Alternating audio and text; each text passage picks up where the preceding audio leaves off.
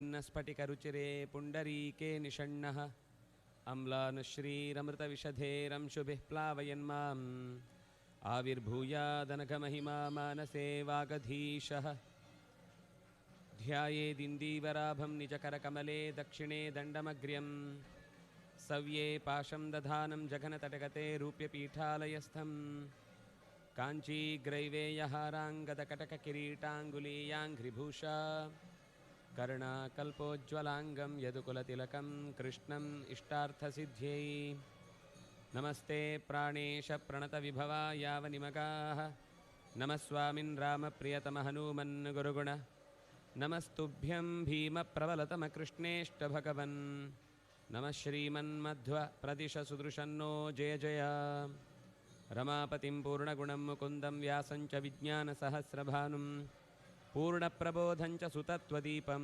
क्रमाद्गुरूंश्च प्रणमामि मूर्ध्ना आद्यशिष्यं हृषीकेशं विष्णुतीर्थं महामुनिं पद्मनाभं नरहरिं जनार्दनमहं भजे उपेन्द्रं वामनमुनिं रामतीर्थमधोक्षजं मध्वशिष्यान्यतिश्रेष्ठान्नवैतान् प्रणमाम्यहं लिकुचान्वयसञ्जातस्पण्डितार्यस्त्रिविक्रमः श्रीमध्वप्रेमपाकोऽयं पातु नस्तत्त्ववर्त्मनि नारायणः पण्डितार्य श्रीमध्वविजयप्रदः त्रैविक्रमार्यदासस्तु पातां श्रीमध्ववर्त्मनि तपोविद्याविरक्त्यादिसद्गुणौघाकरानहं वादिराजगुरून् वन्दे हयग्रीवदयाश्रयान् मूकोऽपि यत्प्रसादेन मुकुन्दशयनायते राजराजायते रिक्तो राघवेन्द्रं तमाश्रये स्वस्त्यस्तु सतां नारायणं नमस्कृत्य नरं चैव नरोत्तमं देवीं सरस्वतीं व्यासं ततो जयमुदीरये सर्वेन्द्रियाभिमानिस्थमुख्यप्राणस्थविष्णुना प्रेरितश्रीशतुष्ट्यर्थं करिष्ये कर्म चाखिलं हरिः ओम्। ಕಾಂಚನಮಾಲಿನಿ ಅನ್ನುವ ಅಪ್ಸರೆಯೊಬ್ಬಳು ಆಗಸದಲ್ಲಿ ಸಾಗುತ್ತಾ ತನ್ನ ಬಟ್ಟೆಯಲ್ಲಿ ಇಳಿದ ನೀರಿನ ಹನಿಗಳು ರಕ್ಕಸನ ಕೆಳಗಡೆ ಓಡಾಡ್ತಾ ಇದ್ದವನ ಮೈ ಮೇಲೆ ಬಿದ್ದಾಗ ಅವನ ಕ್ರೂರತ್ವ ಎಲ್ಲ ಕ್ಷಣಮಾತ್ರದಲ್ಲಿ ದೂರವಾಗಿ ಸಮಾಧಾನ ಚಿತ್ತದಿಂದ ಅತ್ಯಂತ ಶಾಂತನಾಗಿ ಮೇಲೆ ನಡೆದಾಡ್ತಾ ಇದ್ದಂತಹ ಆಕೆಯನ್ನು ಕುರಿತು, ಯಾರು ನೀನು, ಎಲ್ಲಿಂದ ಬಂದೆ, ಯಾಕೆ ಹೀಗೆ ಮೈಯನ್ನೆಲ್ಲ ಒದ್ದೆ ಆಗಿಸಿಕೊಂಡು ನಡೀತಾ ಇದ್ದಿ ಅಂತ ಹೀಗೆ ಕೇಳಿ ಆಕೆಯಿಂದ ತನ್ನ ಪೂರ್ವದ ಚರಿತ್ರೆಯನ್ನು ಕೇಳಿಸಿಕೊಂಡ. ತಾನು ಹಿಂದೆ ಅತ್ಯಂತ ದರ್ಪಿಷ್ಠೆಯಾದ ಒಬ್ಬ ರಾಜಕುಮಾರಿಯಾಗಿ ಬೇಡದ ಎಲ್ಲ ತಪ್ಪುಗಳನ್ನು ನಡೆಸಿ ಕೊನೆಗೆ ವೃದ್ಧಾಪ್ಯದಲ್ಲಿ ನನ್ನ ಕೈಯಿಂದ ಏನೂ ಮಾಡಲಿಕ್ಕಾಗುವುದಿಲ್ಲ ಅನ್ನುವ ಸತ್ಯ ಗೊತ್ತಾಗಿ ನಮ್ಮ ಆಶ್ರಯದಲ್ಲೇ ಇದ್ದೊಬ್ಬ ಹಿರಿಯ ವಿದ್ವಾಂಸರನ್ನು ಮಾತನಾಡಿಸಿ ಅವರಿಂದ ನನಗೆ ಪಾಪದ ಪ್ರಾಯಶ್ಚಿತ್ತಕ್ಕೆ ಬೇಕಾದ ದಾರಿ ಸಿಕ್ಕಿತು. ಅವರು ಹೇಳಿದ್ದರಲ್ಲಿ ಬಹಳ ಮುಖ್ಯವಾಗಿ ಈ ಪ್ರಯಾಗದಂತಹ ಕ್ಷೇತ್ರದಲ್ಲಿ ಮಿಂದು ಭಗವಂತನನ್ನು ನೆನೆದು ಮುಳುಗು ಹಾಕಿದರೆ ಭಗವಂತನ ಪ್ರೀತಿ ಅನ್ಯಾದೃಶವಾಗಿ ಒದಗಿ ಬರುತ್ತೆ. ನಾನು ಇಲ್ಲಿಂದ ಕೈಲಾಸದ ಕಡೆಗೆ ಮಿಂದು ವ್ರತದಲ್ಲಿದ್ದು ಮನಸ್ಸನ್ನು ಬೇರೆ ಎಲ್ಲಿಗೂ ಹರಿಸದೆ ತೈಲಧಾರೆಯಂತೆ ಭಗವಂತನಲ್ಲಿ ಮನಸ್ಸನ್ನು ಇರಿಸುವುದಕ್ಕಾಗಿ ಸಾಕ್ತಾ ಇದ್ದೇನೆ. ಅದರ ಮಧ್ಯದಲ್ಲಿ ನೀನು ಈ ಕೇಳಿದ ಪ್ರಶ್ನೆಗೆ ಇಷ್ಟು ನನ್ನ ಹಿನ್ನೆಲೆಯನ್ನು, ನಾನು ಮಾಡಿದ ಅಪರಾಧ ನನ್ನನ್ನು ಎಷ್ಟು ದಾರಿ ತಪ್ಪಿಸಿ ಕೊನೆಗೆ ಯಾವುದೋ ಒಂದು ಸತ್ಸಂಗದಿಂದಲೇ ನನ್ನ ಬದುಕು ಮಂಗಳಮಯವಾಯಿತು ಅನ್ನೋದನ್ನು ಹೇಳಿದ್ದೇನೆ. ಪ್ರಾಯಶ್ಚಿತ್ತಂ ಪರಂ ತೀರ್ಥೆ ಸ್ನಾನಂಚ ಋಷಿಭಿಃ ಸ್ಮೃತಂ ಕಿಂತು ತೀರ್ಥೆ ತ್ಯಜೇದ್ಭೀರು ಮನಸಾ ಹ್ಯಶುಭಕ್ರಿಯಾ. ಮುಖ್ಯವಾಗಿ ಸ್ನಾನ ಅನ್ನೋದು ಬಂದಾಗ ತೀರ್ಥದಲ್ಲಿ ಸ್ನಾನ ಅನ್ನೋದಾಯಿತು. ಆದರೆ ತೀರ್ಥದ ಸ್ನಾನಕ್ಕೆ ಹೋದಾಗ ಬಿಡಬೇಕಾದದ್ದು ಪ್ರಧಾನವಾಗಿ ಮನಸಾಹಿ ಅಶುಭಕ್ರಿಯಾಂ. ಮನಸ್ಸಿನಲ್ಲಿ ಬರಬಹುದಾದ ಎಲ್ಲ ದುರ್ನಡತೆಗಳು ದುರಾಲೋಚನೆಗಳನ್ನು ಬಿಟ್ಟು ಬಂದರೆ ತೀರ್ಥದಲ್ಲಿ ಮಿಂದದ್ದಕ್ಕೆ ಫಲ. ತೀರ್ಥದ ಜಾಗದಲ್ಲೂ ಹೋಗಿ ಕ್ಷೇತ್ರದಲ್ಲೂ ಹೋಗಿ ಮತ್ತು ಒಂದಿಷ್ಟು ಮನಸ್ಸನ್ನು ಕೆಡಿಸಿಕೊಳ್ಳಬಹುದಾದ ಮಾತುಗಳನ್ನಾಡಿಯೋ ಗಲಾಟೆಗಳನ್ನು ಮಾಡಿಯೋ ಬಂದರೆ ಅದರಿಂದ ಏನು ಉಪಯೋಗ ಇಲ್ಲ. ತೀರ್ಥದ ನಿಜವಾದ ಫಲ ಏನು ಅಂತಂದರೆ ಅಲ್ಲಿ ಮೀಯುವಾಗ ನಮ್ಮ ಮನೋದೋಷಗಳನ್ನೆಲ್ಲ ಬಿಟ್ಟು ಬರುವ ಪ್ರಯತ್ನಕ್ಕೆ ತೊಡಗಬೇಕು. ಬಹಳ ಜನ ಯಾತ್ರೆಗೆ ಹೋಗಿ ಎಲ್ಲೆಲ್ಲೋ ಏನೇನೋ ಬಿಟ್ಟು ಬರ್ತೇವೆ ಅಂತ ಹೇಳುವುದಿರುತ್ತೆ. ಅದು ಒಂದು ಮನೋನಿಗ್ರಹಕ್ಕೋಸ್ಕರ, ಜಿಹ್ವಾ ಚಾಪಲ್ಯವನ್ನು ಗೆಲ್ಲುವುದಕ್ಕೋಸ್ಕರ, ನಾಲಿಗೆಯ ರುಚಿಯ ಮೇಲಿನ ಹಿಡಿತವನ್ನು ಸಾಧಿಸುವುದಕ್ಕೋಸ್ಕರ ಬಿಡುವುದಿದೆ. ಆದರೆ ಅದೆಲ್ಲದಕ್ಕಿಂತ ಬಿಡಬೇಕಾದದ್ದು ನಮ್ಮ ಮನಸ್ಸಿನಲ್ಲಿರುವ ಕೊಳೆಯನ್ನು. ಅದು ನಿಜವಾಗಿ ತೀರ್ಥದ ಮಹತ್ವವನ್ನು ಸಾರುವಂಥದ್ದು. ಹಾಗಾಗಿ ಪಾಪದ ಎಲ್ಲ ಕೆಸರನ್ನು ನೀರಿನಿಂದಲೇ ತೊಳೆಯುವಂಥದ್ದು. ಆ ನೀರು ಅನ್ನೋದು ಭಗವಂತನ ಸ್ಮರಣೆಯಿಂದ ಕೂಡಿರಬೇಕು ಅನ್ನೋದಷ್ಟೇ ಇಲ್ಲಿ ಬಹಳ ಮುಖ್ಯವಾದದ್ದು ಅಂತ ಹೀಗೆ ತನಗೆ ಉಪದೇಶ ಸಿಕ್ಕಿದ ದೊಡ್ಡವರ ಅನುಗ್ರಹವನ್ನು ಮತ್ತೆ ಮತ್ತೆ ಮರಳಿ ನೆನೆದು, ಇದರ ಹಿಂದೆ ಇರುವುದು ನನ್ನ ಶಕ್ತಿ ಏನೂ ಅಲ್ಲ, ನನ್ನ ಹೃದಯದಲ್ಲಿ ಸದಾ ನೆಲೆಸಿ ನನ್ನನ್ನು ಅನುಗ್ರಹಿಸ್ತಾ ಇರುವ ಭಗವಂತನ ಸ್ಮರಣೆ ಮತ್ತು ಮೀಯುವಾಗ ನನಗೆ ಈ ಹಿಂದೆ ಋಷಿಗಳೆಲ್ಲ ಮಿಂದ ಜಾಗದಲ್ಲಿ ಮೀಲಿಕ್ಕೆ ಅವಕಾಶ ಸಿಕ್ಕಿದ್ದು ಅವರ ದರ್ಶನ, ಅವರ ಸ್ಪರ್ಶನ, ಅವರ ಜೊತೆಗೆ 4 ಮಾತುಗಳನ್ನಾಡುವ ಭಾವ ನನ್ನನ್ನು ಮತ್ತಷ್ಟು ಪುಷ್ಟೀಕರಿಸಿದೆ, ಶುಚೀಕರಿಸಿದೆ.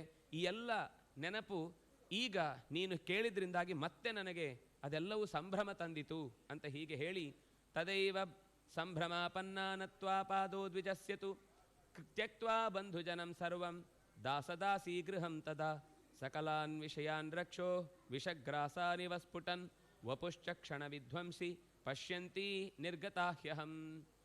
ಯಾವಾಗ ಒಂದು ಕ್ಷಣ ಒದಗಿತು ನನಗೆ, ಏನು ಅಂದರೆ ಈ ದೇಹಕ್ಕೆ ಅಥವಾ ದೇಹದಿಂದ ಮಾಡುವ ಯಾವ ಕೆಲಸಗಳು ಕೂಡ ಶಾಶ್ವತವಾದದ್ದಲ್ಲ, ಅದು ನನಗೆ ವಿಷದಂತೆ ಕಾಣಲಿಕ್ಕೆ ಶುರುವಾಯಿತು.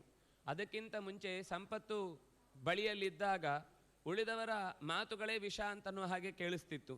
ಆದರೆ ಯಾವಾಗ ಅದರ ಮಹತ್ವ ಏನೂ ಇಲ್ಲ, ಅದು ನಮ್ಮನ್ನು ದಾರಿ ತಪ್ಪಿಸುವುದು ಅಂತ ಗೊತ್ತಾದ ಮೇಲೆ ನಾನು ಆ ಋಷಿಗಳ ಮಾತಿನಿಂದ ಪೂರ್ತಿ ನನ್ನನ್ನು ತಿದ್ದಿಕೊಳ್ಳುವ ಭರದಲ್ಲಿ ನೀನು ಹೀಗೆ ನನಗೆ ನೆನಪಿಸಿದ್ದು ಮತ್ತೂ ಸಂತೋಷ ನೀಡಿತು.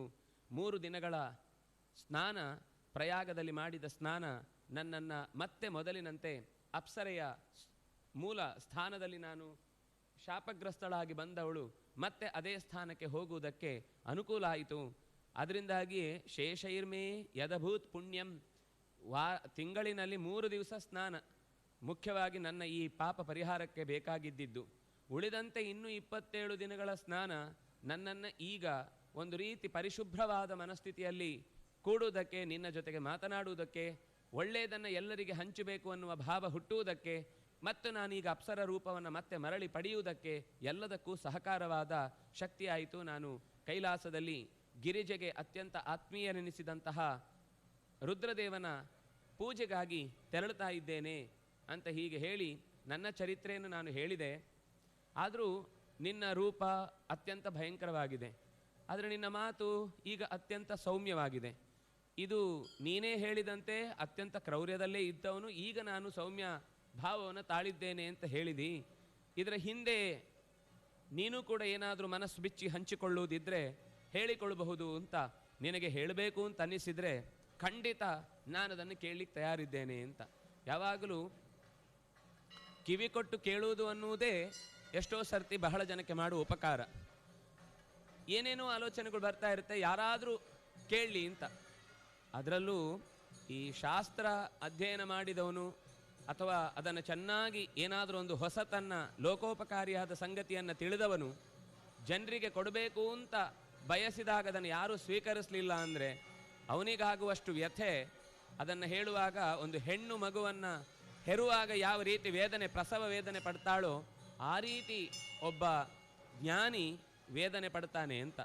ಜ್ಞಾನಿಗೆ ತಾನು ತಿಳಿದದ್ದನ್ನು ತಿಳಿಸ್ಬೇಕು ಅಂತ ಬಯಕೆ ಇರುತ್ತೆ. ಅದನ್ನು ಕೇಳುವ 2 ಕಿವಿಗಳಾಗಿ ನಾವು ನಿಂತರೆ ಅವರಿಗೆ ಸಹಾಯ ಮಾಡುವುದಲ್ಲ, ಅದು ನಮಗೆ ಮಾಡಿಕೊಳ್ಳುವ ಉಪಕಾರ. ಹಾಗಾಗಿ ಮತ್ತು ಮನಸ್ಸಿನಲ್ಲಿ ಯಾವಾಗಲೂ ಏನಾದರೂ ದುಃಖಗಳಿದ್ದರೆ ಅದನ್ನು ಸಜ್ಜನರಲ್ಲಿ ಅರಿಕೆ ಮಾಡಿಕೊಂಡ್ರೆ ಮನಸ್ಸು ಹಗುರಾಗುತ್ತೆ. ಇದೆಲ್ಲ ಸೈಕಾಲಜಿ. ಇದನ್ನೇ ಈಗ ವಿದೇಶಿಯರು ಒಂದು ಟೀಮ್ ಮಾಡಿ ಒಂದು ರೂಮಲ್ಲಿ ಕೂಡಿಸಿ ಪರಸ್ಪರ ಒಬ್ರಿಗೊಬ್ರು ಕಾಣದ ಹಾಗೆ ಮಾಡಿ, ನೀವು ನಿಮ್ಮ ಬಗ್ಗೆ ಹೇಳಿ, ಇವ್ರ ಬಗ್ಗೆ ಹೇಳ್ತಾರೆ, ಅವ್ರ ಬಗ್ಗೆ ಹೇಳ್ತಾರೆ ಅಂತ ಏನೋ ಒಂದಿಷ್ಟು, ಅದರಲ್ಲಿ ಕೊನೆಗೆ ಅದರ ಮುಕ್ತಾಯ ಎಲ್ಲೂ ನಿಲ್ಲಲ್ಲ. ಅಲ್ಲಿಗೆ ಅದು ಅವತ್ತಿಗೆ ಹೃದಯ ಹಗುರಾಗುತ್ತೆ. ನಾಳೆ ಭಾರ ಆಗದ ಹಾಗೆ ಹೇಗಿರಬೇಕು ಅನ್ನೋದನ್ನು ಹೇಳ್ಕೊಡಲ್ಲ. ಇವತ್ತು ಒಮ್ಮೆ ಹಗುರಾಗುತ್ತೆ, ಮನಸ್ಸು ತಿಳಿಯಾಗುತ್ತೆ, ಒಮ್ಮೆ ಒಳಗಿನಿಂದ ದುಃಖವನ್ನು ತೋಡಿಕೊಂಡ್ರೆ ಅಳು ಬಂದ ತಕ್ಷಣವೇ ಸಹಜವಾಗಿ ತಣ್ಣಗಾಗತ್ತೆ ಮನಸ್ಸು.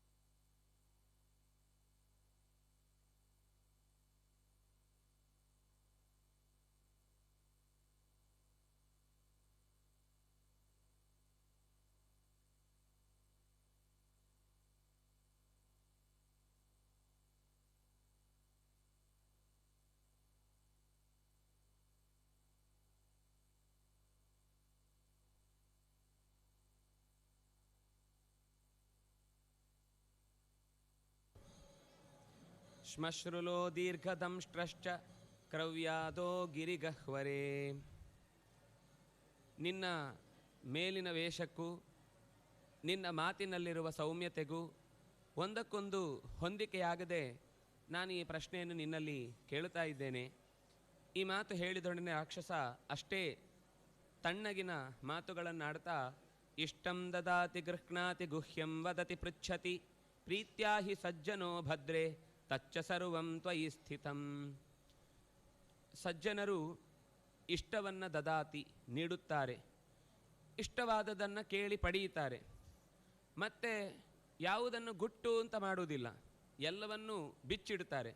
ಅಂದರೆ ಎಲ್ಲಿ ನಂಬಿಕೆ ಇರುತ್ತೋ ಅಲ್ಲಿ ಹೃದಯದ ಎಲ್ಲ ಭಾವಗಳು ಕೂಡ ಅನಾವರಣಗೊಳ್ಳುತ್ತಾ ಹೋಗ್ತವೆ. ನೀನು ನನ್ನನ್ನು ನಂಬಿ ನಿನ್ನ ಎಲ್ಲ ಒಳಗಿನ ಬೇಗೆಯನ್ನು ನನ್ನ ಮುಂದೆ ಬಿಚ್ಚಿಟ್ಟ ಮೇಲೆ ನೀನು ಸಜ್ಜನಳಾಗಿ ನನ್ನ ಮೇಲೆ ಅತ್ಯಂತ ಕರುಣೆಯಿಂದ ನನಗೆ ಒಳಿತಿನ ದಾರಿಯನ್ನು ತೋರಿಸಿದ್ಯಾದ್ರಿಂದಾಗಿ ನಾನು ಕೂಡ ನನ್ನೊಳಗಿನ ಎಲ್ಲ ಕಲ್ಮಶವನ್ನು ಒಂದು ಬಾರಿ ಹೊರಕ್ಕೆ ಬಿಚ್ಚಿಡುವುದಕ್ಕೆ ಅನುಕೂಲ ಆಗುತ್ತೆ. ತ್ವಯಾ ಸಂಭಾವಿತೋ ನೂನಂ ಮನ್ಯೇಹಂ ವಾಮಲೋಚನೆ. ನೀನು ಈ ರೀತಿಯಾದ ಸಜ್ಜನಿಕೆ ಎಲ್ಲ ಗುಣವನ್ನು ಹೊಂದಿದ್ದಾದ್ರಿಂದಾಗಿ ನಿನ್ನ ಮೇಲೆ ಬಹಳ ನಂಬಿಕೆಯಿಂದ ನಾನು ನನ್ನ ಮನಸ್ಸನ್ನು ತೆರೆದಿಡ್ತೇನೆ. ಭಾವಿನಿ ನಿಷ್ಕೃತಿ ಸದ್ಯ ತ್ವತ್ತೋಸ್ಯ ಕ್ರೂರ ಕರ್ಮಣಃ ಅತೋ ವಕ್ಷ್ಯಾಮಿ ತೇ ಭದ್ರೇ ದುಷ್ಕೃತಂ ಯತ್ ಸ್ವಯಂ ಕೃತಂ. ಕೇವಲ ನೀನು ಬಂದು ನನ್ನ ಜೊತೆಗೆ ಮಾತಾಡಿದ್ದಲ್ಲದೆ ನನ್ನ ಕ್ರೌರ್ಯವನ್ನು ಶಾಂತಗೊಳಿಸಿ ನನ್ನ ಮುಂದಿನ ಬದುಕಿಗೆ ಬೇಕಾದ ಮಾರ್ಗವನ್ನೂ ನೀನು ಹಾಕಿಕೊಟ್ಟಿದ್ದಿ ಅಂತಾದ ಮೇಲೆ ನಿನ್ನತ್ರ ನನ್ನ ದುಷ್ಕೃತ್ಯಗಳನ್ನೆಲ್ಲ ಬಿಚ್ಚಿಡುವುದರಲ್ಲಿ ಯಾವ ತಪ್ಪೂ ಇಲ್ಲ. ನಿವೇದ್ಯ ಸಜ್ಜನೇ ದುಃಖಂ ತತಃ ಸರ್ವ ಸುಖೀ ಭವೇತ್. ಯಾರು ಸಜ್ಜನನಲ್ಲಿ ತನ್ನ ದುಃಖವನ್ನು ಮುಚ್ಚಿಡದೆ ಎಲ್ಲ ತೆರೆದಿಡ್ತಾನೋ ಅಂಥವನು ಸರ್ವ ಸುಖೀ ಭವೇತ್. ಯಾವಾಗಲೂ ಕೂಡ ನಾವು ಮಾಡಿದ ತಪ್ಪನ್ನು ಸಜ್ಜನನಲ್ಲಿ ಕನಿಷ್ಠ ಪಕ್ಷ ಅದನ್ನು ರಿವೀಲ್ ಮಾಡಿದ್ದು ಹೌದು ಅಂತ ಆದರೆ ನಮಗೊಂದು ಆ ಪಶ್ಚಾತ್ತಾಪ ಪಟ್ಟದರ ಪರಿಣಾಮ ನಾವು ಇನ್ನೊಮ್ಮೆ ಆ ಕೆಲಸವನ್ನು ಮಾಡುವುದಕ್ಕೆ ಮನಸ್ಸು ಮಾಡುವುದಿಲ್ಲ. ಅಷ್ಟೇ ಅಲ್ಲ, ಮನಸ್ಸು ಹಗುರ ಆಗಿರುತ್ತೆ. ಒಪ್ಪಿಸಿಕೊಂಡ ಬಳಿಕ ಈಗ ಇನ್ನು ಇಂಥ ಕೆಲಸದಲ್ಲಿ ತೊಡಗಬಾರದು ಅಂತನ್ನುವ ವಿಶ್ವಾಸ ಮನಸ್ಸಿಗೂ ಮೂಡುತ್ತೆ. ಶೃಣು ಶುಶ್ರೋಣ್ಯಹಂ ಕಾಶ್ಯಾಂ ಬಹುರುಜೋ ವೇದಪಾರಗಃ ಜಾತಃ ಪುರಾ ದ್ವಿಜಶ್ರೇಷ್ಠ ಕುಲೇ ಮಹತಿ ನಿರ್ಮಲೆ ರಾಜ್ಞಾಂ ದುಷ್ಕೃತಿನಾಂ ಭೀರು. ಈ ನಾನು ಹಿಂದೆ ಕಾಶಿಯಲ್ಲಿ ಋಗ್ವೇದದ ಶಾಖೆಯಲ್ಲಿ ಬಂದ ವೇದಗಳನ್ನು ಚೆನ್ನಾಗಿ ಅಧ್ಯಯನ ಮಾಡಿದ ದ್ವಿಜಶ್ರೇಷ್ಠನ ಮನೆಯಲ್ಲಿ ಹುಟ್ಟಿ ಬಂದೆ. ಹೆಸರಿಗೆ ಕುಲ ಶ್ರೇಷ್ಠವಾಗಿತ್ತು, ಆದರೆ ಆ ಸಂಪತ್ತಿನ ಆಸೆಯಿಂದ ಎಲ್ಲಿ ಎಲ್ಲಿ ಯೋಜನೆಗಳಿದೆಯೋ ಆ ಎಲ್ಲ ಯೋಜನೆಗಳ ಫಲಾನುಭವಿ ಆಗಬೇಕು ಅಂತ ಆ ಎಲ್ಲದಕ್ಕೂ ಅಪ್ಲಿಕೇಶನ್ ಹಾಕಿದ್ದು, ಎಲ್ಲದರ ಕೆಲಸದ ಫಲವನ್ನು ಕೂಡ ಪಡೀಲಿಕ್ಕೆ ನಾನೆಲ್ಲ ಅನುಕೂಲತೆಗಳನ್ನು ಬಳಸಿಕೊಂಡೆ. ದುಷ್ಕೃತಿನಾಂ, ಯಾರು ಕೆಟ್ಟ ಕೆಲಸ ಮಾಡ್ತಾರೋ ಅವರಿಂದಲೂ ದಾನವನ್ನು ಸ್ವೀಕರಿಸಿದೆ. ಕಳ್ಳತನದಿಂದ ತಮ್ಮ ಕಳ್ಳತನದ ಪಾಪ ಪ್ರಾಯಶ್ಚಿತ್ತಕ್ಕೋಸ್ಕರ ಅವರು ನನಗೆ ಒದಗಿಸಿದಂತಹ ಸಂಪತ್ತಿನ ಭಾಗವನ್ನೂ ಸ್ವೀಕರಿಸಿದೆ. ಹೀಗೆ ಇಂಥದ್ದು ಅಂಥದ್ದು ಅಂತಿಲ್ಲ, ಎಲ್ಲರ ಕೈಯಿಂದಲೂ ಕೂಡ ಹಿಂದೆ ಮುಂದೆ ನೋಡದೆ ಸಂಪತ್ತನ್ನು ದಾನವಾಗಿ ಸ್ವೀಕರಿಸಿದೆ. ವಾರಣಸ್ಯಾಂ ಕೃತೋ ಘೋರಃ ಮಯಾ ದುಷ್ಟ ಪ್ರತಿಗ್ರಹ. ತೀರ ತಿಳುವಳಿಕೆ ಉಳ್ಳವರು ಕೊಡಲೇಬೇಕು ಅಂತ ಹಠ ತೊಟ್ಟು ಸಾತ್ವಿಕವಾದ ರೀತಿಯಿಂದ ಗಳಿಸಿದ ಸಂಪತ್ತನ್ನು ದಾನವಾಗಿ ನೀಡಿದರೆ ಅದನ್ನು ತಗೊಳ್ಳುವುದಕ್ಕೆ ಅರ್ಹತೆ ಇದೆ, ಅದನ್ನು ತೆಗೆದುಕೊಳ್ಳುವುದಕ್ಕೆ ಒಪ್ಪಿಗೆ ಇದೆ.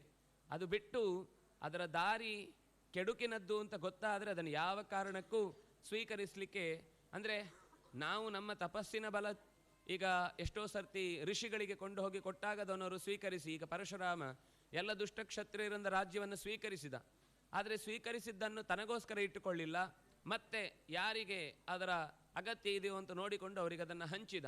ಹಾಗಾಗಿ ಇದು ನಾವು ಈಗ ನಿಂತಿರುವ ಜಾಗ ಪರಶುರಾಮ ಕ್ಷೇತ್ರ ಅಂತ ನಾವು ಕೇಳುವಂತಹದ್ದು ತಾನೇ ಸ್ವತಃ ಮತ್ತೆ ಅದು ಬೇಕು ಅಂತ ಬಯಸಿ ಪಡೆದು ನೀಡಿದಂತಹ ವಿಶಿಷ್ಟವಾದಂತಹ ಭೂಭಾಗ.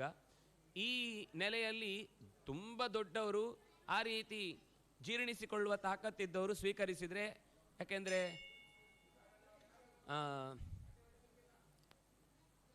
ಹಿಂದೆ ಅಗಸ್ತ್ಯರ ಕಥೆ ಬರುವಾಗ ಅವರು ರಾಜರಿಂದ ತೆಗೆದುಕೊಂಡು ಬಂದರು ದುಡ್ಡನ್ನು ಅನ್ನುವ ಪ್ರಸಂಗಗಳೆಲ್ಲ ಬರ್ತಾವೆ. ಅಂದರೆ ಅರಗಿಸಿಕೊಳ್ಳುವ ಶಕ್ತಿ ಇದ್ದಾಗ ಅದನ್ನು ಪಡೀಬಹುದು, ಆದರೆ ಯಾವಾಗ ಅದನ್ನು ನಮಗೆ ದಕ್ಕಿಸಿಕೊಳ್ಳಿಕ್ಕೆ ಜೀರ್ಣಿಸಿಕೊಳ್ಳಿಕ್ಕೆ ಸಾಧ್ಯವಿಲ್ಲೋ ಆದಷ್ಟು ಪರಾನ್ನವನ್ನು ಪರಸಂಪತ್ತನ್ನು ಸ್ವೀಕರಿಸದೇ ಇರುವುದೇ ಬಹಳ ಉತ್ತಮ. ಆದರೆ ನಾನು ದುಷ್ಟ ಪರಿಗ್ರಹ, ಎಷ್ಟು ಸಿಕ್ಕಿದ್ರು ಇವತ್ತಿಷ್ಟೇ ಸಿಕ್ಕಿತ್ತು, ನಾಳೆ ಇನ್ನೂ ಜಾಸ್ತಿ ಸಿಗಬೇಕು, ಅದಕ್ಕೆ ಎಲ್ಲಿ ಹೋಗಿ ನಿಲ್ಲಬೇಕು, ಯಾರ ಹತ್ರ ಕೇಳಬೇಕು, ಎಲ್ಲಿ ನಿಂತರೆ ನನ್ನ ಬಗ್ಗೆ ಇವರಿಗೂ ಕೊಡಬೇಕಾಗತ್ತೆ ಅಂತ ಅನ್ನುವ ಭಾವ ಅವರಿಗೆ ಹುಟ್ಟುತ್ತೆ. ಇದೆಲ್ಲ ವ್ಯವಹಾರಗಳನ್ನು ಮಾಡಿ ಮಾಡಿ ಎಲ್ಲಿವರೆಗೆ ಅಂದರೆ ಪ್ರಾಣಿಗಳನ್ನು ಕೊಂದು ಸಂಪಾದನೆ ಮಾಡಿದವನ ಕೈಯಿಂದಲೂ ನಾನು ಇಸಿದುಕೊಂಡೆ. ಹೀಗೆ ಅಂದರೆ ಕೆಟ್ಟ ದೃಷ್ಟಿಯಿಂದ, ಈಗ ಆಹಾರವಾಗಿಯೇ ಸ್ವೀಕರಿಸುವವರ ಬಗ್ಗೆ ಮಾತಾಡಲಿಲ್ಲ, ಕಾರಣ ಇಲ್ಲದೆ ಹಿಂಸೆ ಮಾಡಿ ವ್ಯಾಪಾರದ ದೃಷ್ಟಿಯಿಂದ ಆ ಹಿಂಸೆ ಮಾಡುವವನ ಕೈಯಿಂದ ನಾನು ಸಂಪತ್ತನ್ನು ಸ್ವೀಕರಿಸಿ, ತನ್ನಾಸ್ತಿ ದುಷ್ಕೃತಂ ಕರ್ಮ ಮಯಾ ತತ್ರ ನ ಯತ್ಕೃತಂ ಅನ್ಯಚ್ಚ ಶ್ರೂಯತಾಂ ದೋಷಃ ಕ್ಷೇತ್ರಸ್ಯ ವರ್ವರ್ಣಿನಿ. ನನಗೇನು ಹೇಳಬೇಕು ಅಂತ ಗೊತ್ತಾಗ್ತಿಲ್ಲ. ಬಹುಶಃ ನಾನು ಮಾಡದ ಒಂದು ದುಷ್ಟಕರ್ಮ ಅಂತ ನನ್ನ ಹತ್ರ ಹೆಸರು ಹೇಳಲಿಕ್ಕೆ ಸಾಧ್ಯ ಇಲ್ಲ. ಆ ಎಲ್ಲ ದುಷ್ಟಕರ್ಮಗಳನ್ನು ಮಾಡಿದ್ದೇನೆ. ಎಷ್ಟು ಚೆನ್ನಾಗಿ ಬಿಡಿಸಿ ಹೇಳ್ತಾನೆ, ತನ್ನಾಸ್ತಿ ದುಷ್ಕೃತಂ ಕರ್ಮ ಮಯಾ ತತ್ರ ನ ಯತ್ಕೃತಂ. ಮಾಡದ ಒಂದು ಕೆಟ್ಟ ಕೆಲಸ ಅಂತ ಇಲ್ಲವೇ ಇಲ್ಲ, ಎಲ್ಲ ಥರದ ಕೆಟ್ಟ ಕೆಲಸಗಳನ್ನು ನಾನು ಮಾಡ್ಕೊಂಡಿದ್ದೇನೆ. ಅಂದರೆ ವ್ಯಾಸರು ಪುರಾಣಗಳಲ್ಲಿ ಆಯಾ ಪಾತ್ರಗಳ ಮೂಲಕ ಒಂದು ಮನಸ್ಸಿನ ಒಳಗಿನ ವೇದನೆಯನ್ನು ಹೊರಗೆ ತೋಡಿಕೊಳ್ಳುವಾಗ ಅದರಲ್ಲಿ ಮುಚ್ಚಿಡುವುದು ಅಂತೇನೂ ಇಲ್ಲ. ಎಲ್ಲವನ್ನೂ ಯಥಾವತ್ತಾಗಿ ಹೇಗೆ ಬಂತೋ, ಅಯ್ಯೋ ನಾಳೆ ಇದರ ಬಗ್ಗೆ ಈ ಕಥೆ ಅಂತ ತಿಳ್ಕೊಂಡು ಓದ್ದವ್ರು ಏನು ಅಂತಾರೋ ಏನೋ, ಇಂಥ ಒಬ್ಬ ಋತ್ವಿಜ ಈ ರೀತಿ ತಪ್ಪು ಮಾಡಿದ್ದಾನೆ ಅಂತ, ಅದರಿಂದಾಗಿ ಎಲ್ಲ ಋತ್ವಿಜರು ಹೀಗೆ ಅಂತ ಭಾವಿಸ್ತಾರೋ ಅವ್ರು ಯೋಚನೆ ಮಾಡಲಿಲ್ಲ. ಅವರಿಗೆ ಕ್ಲಿಯರ್ ಪಿಕ್ಚರ್ ಇತ್ತು. ಏನು ಅಂದರೆ, ತಪ್ಪು ಮಾಡೋನು ಎಲ್ಲದರಲ್ಲೂ ಇರ್ತಾನೆ, ಎಲ್ಲ ವರ್ಗದಲ್ಲೂ ಇರ್ತಾನೆ, ಎಲ್ಲ ಕಾಲದಲ್ಲೂ ಇರ್ತಾನೆ, ಎಲ್ಲ ದೇಶದಲ್ಲೂ ಇರ್ತಾನೆ, ಎಲ್ಲ ಭಾಷೆಯವನು ಆಗಿರ್ತಾನೆ, ಎಲ್ಲ ವರ್ಣದವನು ಇರ್ತಾನೆ. ಆದರೆ ಪ್ರಸಂಗ ಬಂದಾಗ ತಪ್ಪು ಮಾಡಿದವನು ಏನು ಮಾಡಬೇಕು ಅನ್ನೋದನ್ನು ಹೇಳುವುದು ಬಹಳ ಮುಖ್ಯವಾದ ಸಂಗತಿ. ಹೀಗೆ ಅನ್ಯಚ್ಚ ಶ್ರೂಯತಾಂ, ಇನ್ನೂ ಒಂದು ಕ್ಷೇತ್ರಗಳಿಗೆ ಹೋಗಿ ಅಲ್ಲಿ ತಥೋ ಬಹುತಿಥೇ ಕಾಲೇ, ತಪ್ಪು ಮಾಡಿ ಮಾಡಿ ಮಾಡಿ ಕೊನೆಗೆ ಕ್ಷೇತ್ರಕ್ಕೆ ಹೋಗಿ ಅಲ್ಲಿಯ ಸಂಪತ್ತನ್ನು ಹೇಗಾದರೂ ಗಳಿಸುವ ಪ್ರಯತ್ನ ಮಾಡಿ ಕೊನೆಗೆ ಅದೇ ಕಾಶಿಯಲ್ಲಿ ನಾನು ಮೃತನಾದೆ. ಆದರೆ ಕಾಶಿ ಮರಣಾನ್ ಮುಕ್ತಿ ಅಂತ ಶಾಸ್ತ್ರಕಾರರು ಹೇಳ್ತಾರೆ, ಕಾಶಿಯಲ್ಲಿ ಸತ್ರೆ ಮೋಕ್ಷ ಅಂತ. ಆದರೆ ನಾನು ಮೋಕ್ಷಕ್ಕೆ ಹೋಗಲಿಲ್ಲ.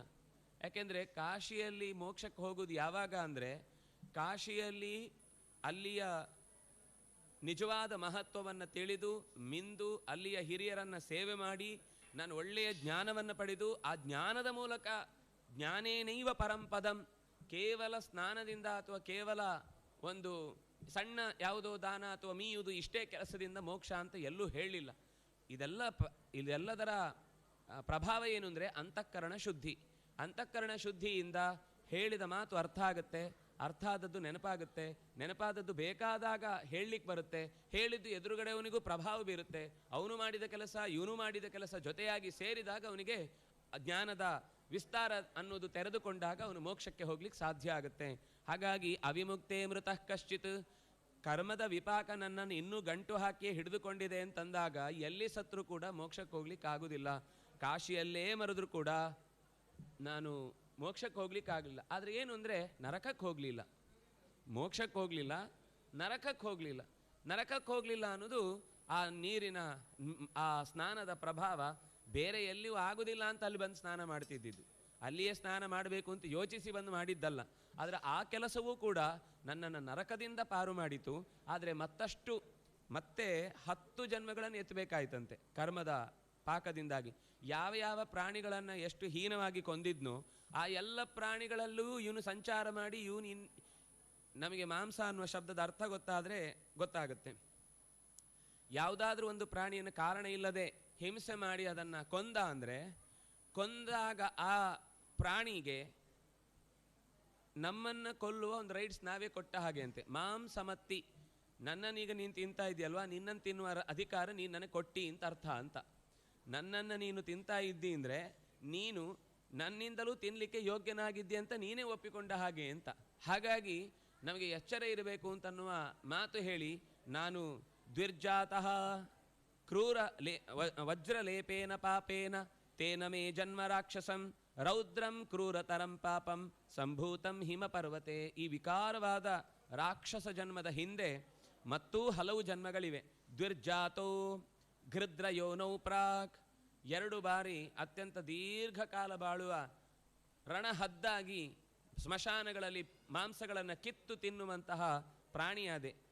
ತಿರ್ವ್ಯಾಘ್ರೋ, 2 ಬಾರಿ ಕ್ರೂರವಾದ ಹುಲಿಯಾಗಿ ಕಾಡಿನಲ್ಲಿ ಸಂಚಾರ ಮಾಡಿದೆ. ದ್ವಿಸ್ಸರೀಸೃಪಃ, 2 ಬಾರಿ ಹೊರಳಾಡುವ ನೆಲದಲ್ಲಿ ಹರಿದಾಡುವ ಪ್ರಾಣಿಯಾಗಿ, ಹಾವೋ ಚೇಳೋ ಇನ್ನೇನೋ ಆಗಿ 2 ಬಾರಿ ಹುಟ್ಟಿದೆ. ಏಕವಾರ ಮುಲೂಕಸ್ತು, 1 ಬಾರಿ ಅತ್ಯಂತ ದೀರ್ಘಕಾಲ ಬಾಳುವ ಕತ್ತಲೆಯಲ್ಲೇ ಇಷ್ಟಪಡುವ ಗೂಬೆಯ ಶರೀರವನ್ನು ಪಡೆದೆ. ವಿಡ್ ವರಾಹಸ್ತತಃ ಪರಂ, ಆ ನಂತರ ವರಾಹದ ಹಂದಿಯ ಶರೀರವನ್ನು ಕೂಡ ಅನುಭವಿಸಿ, ಇದಂತೂ ದಶಮಂ ಜನ್ಮ. ಇದೆಲ್ಲ ದಾಟಿ ಈಗ 10ನೆಯ ಜನ್ಮ ಈ ರೀತಿಯಾದ ಕ್ರೂರ ರಾಕ್ಷಸ ಸ್ವಭಾವವನ್ನು ಹೊಂದಿದ. ಅತೀತಾನಿ ಸಹಸ್ರಾಣಿ ವರ್ಷಾಣಿ ಮಮ ಜನ್ಮನಃ, ಈ ಶರೀರದಲ್ಲಿ ಎಷ್ಟು ದಿವಸ ಕಳೆದಿದ್ದೇನೆ ಅಂದರೆ 1000 ವರ್ಷ ಕಳೆದು ಹೋಯಿತು. ಶರೀರ ಹೋಗ್ತಾ ಇಲ್ಲ, ಹಸಿವು ತಡೀತಾ ಇಲ್ಲ, ಬೇರೆ ದಾರಿ ಗೊತ್ತಿಲ್ಲ, ಸಿಕ್ಕಿದವರನ್ನು ತಿನ್ನುವುದೇ ಮಾಡ್ತಾ ಏನು ಮಾಡಿಬಿಟ್ಟಿದ್ದೇನೆ ಅಂದರೆ, ಅತ್ರ 3 ಯೋಜನಂ ಶುಭ್ರು ನಿರ್ಜಂತುಂ ಹಿ ಮಯಾ ಕೃತಂ. ಈ ಪರಿಸರದಲ್ಲಿರುವ 3 ಯೋಜನೆಗಳಷ್ಟು ದೂರದ ಎಲ್ಲ ಜಾಗಗಳಿಗೆ ನಾನು ಪ್ರವೇಶ ಮಾಡಿ ಅಲ್ಲಿ ಒಂದೇ ಒಂದು ಜೀವಿಗಳು ಬದುಕಲಿಕ್ಕಿಲ್ಲ ಅನ್ನುವ ಹಾಗೆ ಎಲ್ಲವನ್ನು ತಿಂದು ಮುಗಿಸಿಬಿಟ್ಟಿದ್ದೇನೆ. ಈಗ ಬೇಕು ಅಂತಂದ್ರೂ ನನಗೊಂದು ಸಣ್ಣ ಪ್ರಾಣಿ ನನಗೆ ಆಹಾರಕ್ಕಾಗಿ ಸಿಗುವ ಸ್ಥಿತಿಯಲ್ಲಿ ಇಲ್ಲ. ನಾವು ಈಗ ಊರುಗಳನ್ನೆಲ್ಲ ಗಿಡಗಳೇ ಇಲ್ಲದ ಹಾಗೆ ಮಾಡಿ ಸಂಹಾರ ಮಾಡ್ಕೊಂಡು ಬದುಕ್ತಾ ಇದ್ದೀವಲ್ವಾ. ಕೊನೆಗೇನು ಅಂದರೆ, ನೇರ ಕಡಿಲಿಕ್ಕೆ ಯಾರಾದರೂ ಬೈತಾರೆ ಅಂತ ಸುತ್ತ ಅದರ ಬುಡಕ್ಕೆ ಸಿಮೆಂಟ್ ಹಾಕ್ಬಿಡೋದು. ಆಮೇಲೆ ಅದು ನೀರೊಳಗೆ ಹೋಗದೆ 4 ದಿವಸ ಆಗಿ 1 ವರ್ಷ ಆಗುವಾಗ ತಾನೇ ಉರುಳಿ ಒಂದು ಗಾಳಿಗೆ ಬಿದ್ದೋಗುತ್ತೆ. ನಮಗೇನು ಕಡಿಬೇಕು ಅಂತ ಇರಲಿಲ್ಲ, ಅದು ಉರುಳ್ತಾ ಇದೆ ಅಂತ ಗೊತ್ತಾದ ಮೇಲೆ ನಮ್ಮ ಮನೆಗೆ ತೊಂದರೆ ಆಗುತ್ತೆ ಅಂತ ಕತ್ತರಿಸ್ತಾ ಇದ್ದೇವೆ ಅಂತ ಒಂದು ಸಮಾಧಾನ. ಇದೆಲ್ಲ ನಮ್ಮದೇ ರಾಕ್ಷಸ ಆಲೋಚನೆಗಳು ಹೇಗೆ ಹಾಳು ಮಾಡುತ್ತೆ ಅನ್ನೋದನ್ನು ಅವನ ಬಾಯಿಯಲ್ಲಿ ಹೇಳ್ತಾ, ನಾನು ನನ್ನ ಪರಿಸರದ ಸುತ್ತ ಇರುವ ಎಲ್ಲ ಜೀವಿಗಳು ಈ ಪರಿಸರದಲ್ಲಿ ವಾಸ ಮಾಡಿದರೆ ನಮ್ಮ ಜೀವಕ್ಕೆ ಕಂಟಕ ಅಂತ ಭಾವಿಸಿ ನಾವು ಒಂದೇ ಒಂದು ಪ್ರಾಣಿ ಇಲ್ಲದಂತೆ ನಾನು ನಿರ್ಮಾನುಷ್ಯ ಮಾಡಿದ್ದಲ್ಲದೆ ನಿರ್ಜೀವಗಳನ್ನಾಗಿ ಮಾಡಿದ್ದೇನೆ. ಅಂದರೆ ಒಂದು ಜೀವವೂ ಕೂಡ ನನ್ನ ಪರಿಸರದಲ್ಲಿ ಎಲ್ಲೂ ವಾಸಿಸ್ಲಿಕ್ಕಾಗುವುದಿಲ್ಲ ಅನ್ನುವ ಹಾಗೆ ಮಾಡಿದ್ದೇನೆ. ತಪ್ಪೇ ಮಾಡದ ಆ ಜೀವಗಳಿಗೆ ಆಹಾರಕ್ಕೆ ಮಾತ್ರ ಅಲ್ಲ, ಕೊಂದು ಬಿಸಾಕೋದಷ್ಟೇ ಕೆಲಸ, ಅದರಿಂದಲೇ ಒಂದು ಆನಂದ. ಈ ರೀತಿ ದಹ್ಯತೆ ಮೇ ಮನಃ, ಈಗ ಪ್ರತಿಯೊಂದು ಕೆಲಸವೂ ನನ್ನ ಮನಸ್ಸನ್ನು ದಹಿಸ್ತಾ ಇದೆ. ತ್ವದ್ದರ್ಶನಂ ಸುಧಾಸಿಕ್ತಂ ಗತಶೈತ್ಯಂ ಮನೋಮಮ ತೀರ್ಥಂ ಫಲತಿ ಕಾಲೇನ ಸದ್ಯ ಸಾಧು ಸಮಾಗಮಃ. ಎಷ್ಟು ಚಂದದ ಮಾತು ಅಂದರೆ, ಬಹಳ ಕಾಲದಿಂದ ಈ ತಪ್ಪು ಆಗ್ತಾ ಇದ್ದಾಗಲೂ ಇದು ತಪ್ಪು ಅಂತ ಯಾವತ್ತೂ ಅನ್ನಿಸ್ಲಿಲ್ಲ. ಈಗ ಒಂದು ಒಳ್ಳೆಯ ವ್ಯಕ್ತಿಯ ಜೊತೆಗಿನ ಇಷ್ಟೇ ಹೊತ್ತು ಕಾಲದ ಸಂಸರ್ಗದಿಂದ ನನಗೆ ಹಳೆಯದೆಲ್ಲವೂ ತಪ್ಪು ಅಂತ ಗೊತ್ತಾಗಿ ಅದನ್ನು ನಿನ್ನತ್ರ ನಾನು ಇಲ್ಲಿ ತನಕ ಯಾರ ಹತ್ರ ನಾನೇನು ತಪ್ಪು ಮಾಡಿದ್ದೇನೆ ಅಂತ ಹೇಳ್ಕೊಂಡೇ ಇಲ್ಲ. ಆ ಹೇಳಿದಾಗ ಏನು ಹಗುರಾಗತ್ತೆ ಅನ್ನೋದು ಗೊತ್ತಿರಲಿಲ್ಲ.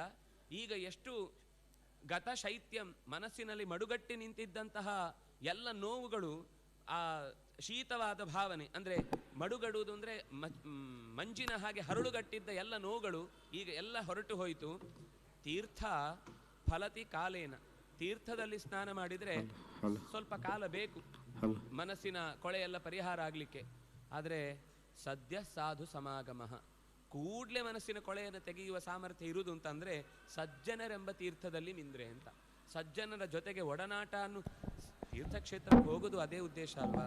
ತೀರ್ಥಕ್ಷೇತ್ರಕ್ಕೆ ಹೋಗುವಾಗ ಸಜ್ಜನರನ್ನು ಜೊತೆಗೆ ಇಟ್ಟುಕೊಂಡು ಹೋಗುದು ಅಂತ. ಒಬ್ಬೊಬ್ಬರೇ ಹೋಗುದ್ರಲ್ಲಿ ಅದಕ್ಕೆ ತೀರ್ಥಯಾತ್ರೆ ಅಂತ ಹೇಳುದು. ಅದು ಸಾಧನೆಯ ದೃಷ್ಟಿಯಾಗಿ ಎಷ್ಟು ದಿವಸ ಏನು ಅಂತ ಗೊತ್ತಿಲ್ಲದೆ ಹೋಗುದು ಒಂದು ಥರ ಬೇರೆ. ಆದರೆ ಹಿರಿಯರನ್ನ, ಗುರುಗಳನ್ನ, ಋಷಿಗಳನ್ನ ಅಥವಾ ಸನ್ಯಾಸಿಗಳನ್ನ ಇಂಥವರನ್ನ ಜೊತೆಗೆ ಇಟ್ಟುಕೊಂಡು ಹೋಗುದು ಅಂದರೆ ಹೋದಲ್ಲೆಲ್ಲ ಆ ತೀರ್ಥದ ಮಹತ್ವ, ಅಲ್ಲಿ ಏನಾದರೂ ಒಂದು ಒಳ್ಳೆಯ ಸಚ್ಚಾಸ್ತ್ರ ಶ್ರವಣ, ಅಲ್ಲಿ ಭಗವಂತನಿಗೆ ನಿವೇದಿಸಿದ ಅನ್ನದ ಸ್ವೀಕಾರ, ಪ್ರತಿಯೊಂದು ಪದಾರ್ಥವನ್ನು ಕೂಡ ಭಗವಂತನ ನೆನಪಿನ ಜೊತೆಗೇನೆ ಸ್ವೀಕರಿಸುವಂತಹ ಭಾವ ಏನಿದೆ ಅದು ಸದ್ಯ ಸಾಧು ಸಮಾಗಮ. ಸದ್ಯವೇ, ಬಹಳ ಬೇಗನೆ ಸಜ್ಜನರ ಸಮಾಗಮ ಅನ್ನೋದು ನಮ್ಮನ್ನು ಪವಿತ್ರೀಕರಿಸುತ್ತೆ ಅನ್ನೋದಕ್ಕೆ ನೀನೇ ಒಬ್ಬಳು ಸಾಕ್ಷಿಯಾಗಿ ನನ್ನ ಅನುಭವಕ್ಕೆ ಬಂದಿದೆ ಅಂತ ಒಬ್ಬ ರಾಕ್ಷಸನ ಬಾಯಿಯಲ್ಲಿ ಈ ಸಮಾಗಮದ, ಸಜ್ಜನಿಕೆಯ ಸಮಾಗಮದ ಬಗ್ಗೆ ಮಹತ್ವದ ಮಾತನ್ನು ಹೇಳಿಸ್ತಾರೆ.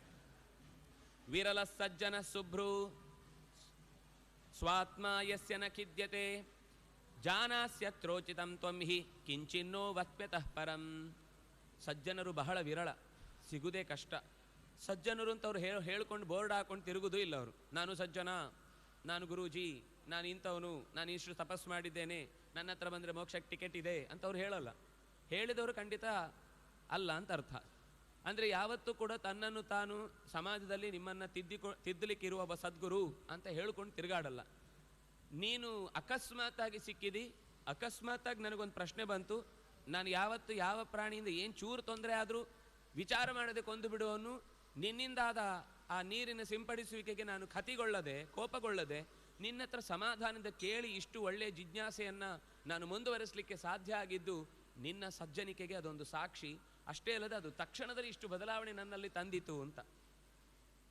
ಒಮ್ಮೆ ಅಂದರೆ ಸುಮಾರು ಒಂದು 12 ವರ್ಷದ ಹಿಂದೆ ಅಂತ ಇಟ್ಕೊಳ್ಳಿ,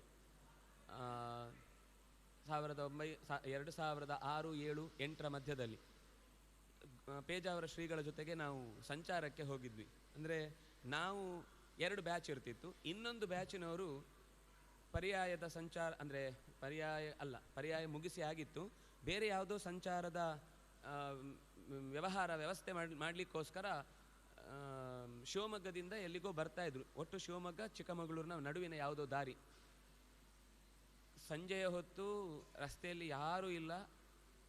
ಗೊತ್ತಿದೆ ನಿಮ್ಗೆ ಅಲ್ಲಿನ ದಾರಿ ಹೇಗಿರುತ್ತೆ ಅಂತ. ಎರಡೂ ಕಡೆ ಬರೀ ಮರ ಬಿಟ್ಟರೆ ಏನಾದರೂ ದಾರಿ ತಪ್ಪಿದರೆ ಎಲ್ಲಿ ಹೋಗ್ತಿದ್ದೀರಿ ಅಂತ ಹೇಳೋರು ಯಾರೂ ಇಲ್ಲ. ಅಂಥ ಜಾಗದಲ್ಲಿ ಹೋಗುವಾಗ ವಿದ್ಯಾರ್ಥಿಗಳು ಹಿಂದೆ ಇದ್ದಾರೆ, ಟಿಟಿಯಲ್ಲಿ ಗುರುಗಳು ಮುಂದೆ ಕೂತಿದ್ದಾರೆ. ಕೂತು ಹೋಗ್ತಾ ಹೋಗ್ತಾ ಮುಂದೆ ಹೋಗುವಾಗ ಒಂದು 10 ಜನ ಗನ್ಗಳನ್ನು ಹಿಡ್ಕೊಂಡು ಬಂದು ಗಾಡಿಯನ್ನು ಅಡ್ಡ ತಡೆದಿದ್ದಾರೆ, ರಸ್ತೆಗೆ ಕಲ್ಲು ಇಟ್ಬಿಟ್ಟಿದ್ರು. ಈಗ ಇದ್ದಕ್ಕಿದ್ದ ಹಾಗೆ ಸ್ಟಾಪ್ ಆಗಿದ್ದು ಕೇಳಿ ಅವ್ರೇನೋ ಬೇರೆ ಯೋಚನೆಯಲ್ಲಿದ್ದರು.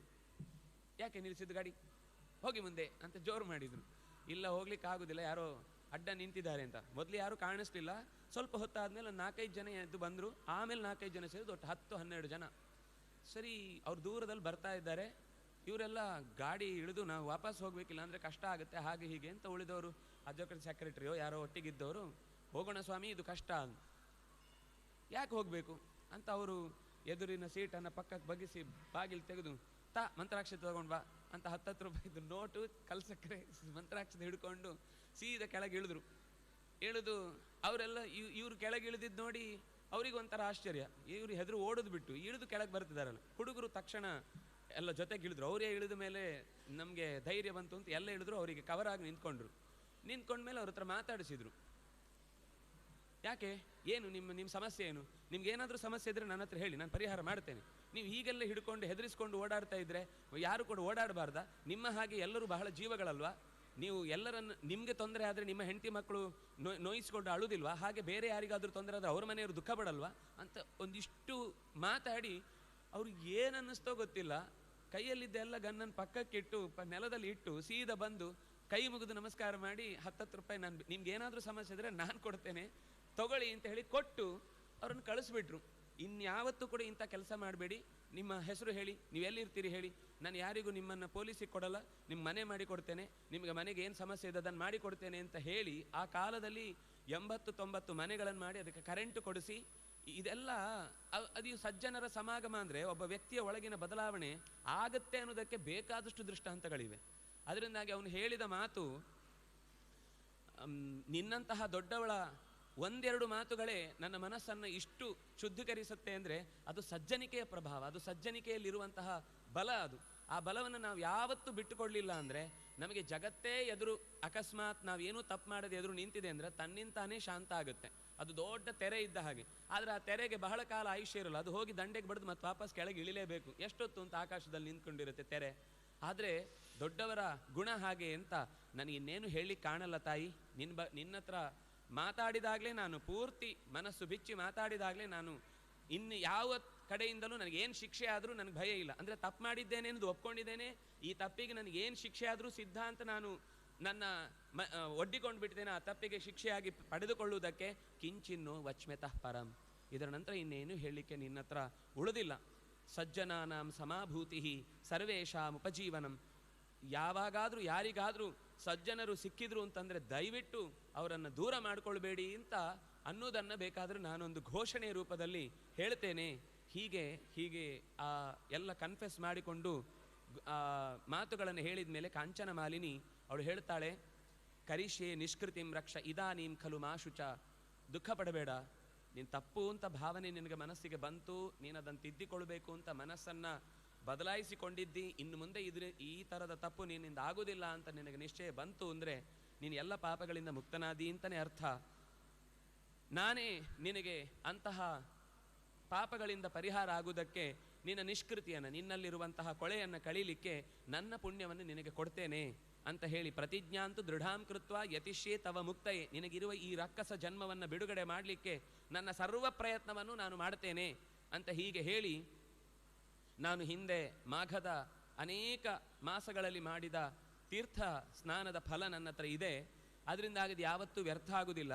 ಆದರೆ ಒಂದು ನಾನು ಮಾಡಿದ್ದೇನೆ ಅಂತ ಹೇಳ್ಕೊಳ್ಳಿಕ್ಕೆ ನನಗೆ ಇಷ್ಟ ಇಲ್ಲ, ಆದರೆ ನಿನಗೆ ಭರವಸೆ ತುಂಬಲಿಕ್ಕೋಸ್ಕರ ಇಷ್ಟು ಮಾತು ಹೇಳಿದೆ. ಅದರಲ್ಲೂ ಎಷ್ಟು ಒಂದು ಸೂಕ್ಷ್ಮ ಏನು ಅಂದರೆ, ಗೂಢೋ ಧರ್ಮೋ ಹಿ ಕರ್ತವ್ಯ ಇತ್ಯೂಚುರು ವಿಬುಧಾ ಜನಾ ಆರ್ತೆ ದಾನಂ ಪ್ರಶಂಸಂತಿ ಮುನಯೋ ವೇದವಾದಿನಃ.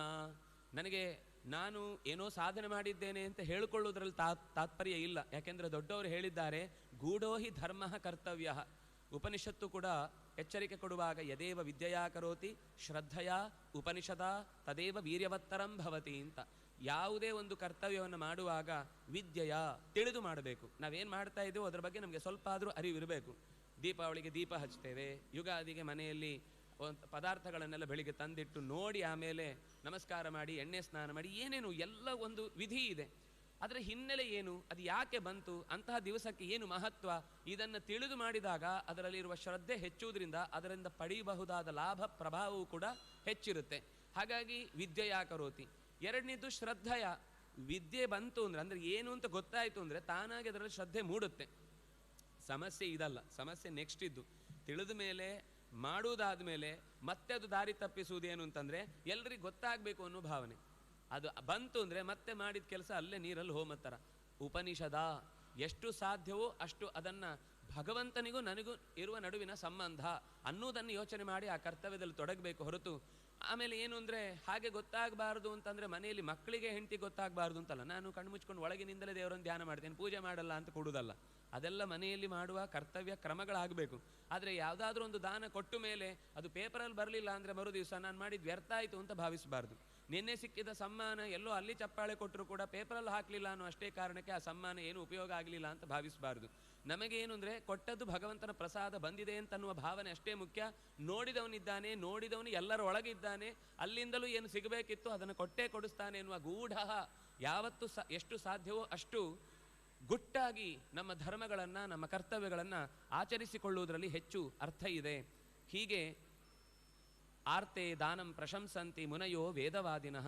ಅಗತ್ಯ ಇದ್ದವನಿಗೆ ಆರ್ತ ತುಂಬ ಕಷ್ಟದಲ್ಲಿದ್ದಾನೆ ಅಂಥವನಿಗೆ ಏನಾದರೂ ದಾನ ಮಾಡಿದರೆ ಅದು ವಿಶೇಷವಾದ ಫಲ ನೀಡುತ್ತೆ ಅಂತ ಮುನಿಗಳು ವೇದವಾದಿನಃ ಮುನಯಃ ಪ್ರಶಂಸಂತಿ.